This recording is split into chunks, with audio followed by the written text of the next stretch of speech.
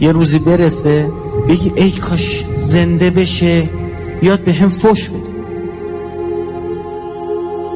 ای کاش یه بار دیگه صداشو بشنوم سرم داد بزنم.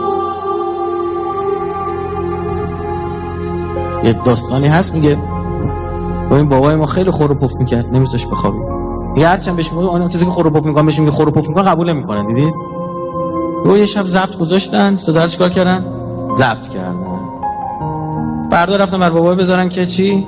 یه گوش کن ما نمیخوابیم پا میشیم میریم یه طبقه دیگه یه جای دیگه، برای همینه به این صدا رو گوش کن، تراکتوره.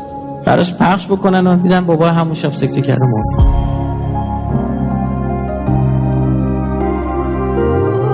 بچه میگه حالا هر شب که میخوایم بخوابیم اون نواره رو میذاریم که بخوابیم باش. دلمون تنگ شده برای همون خور و پفا. قدرشون رو بدونید.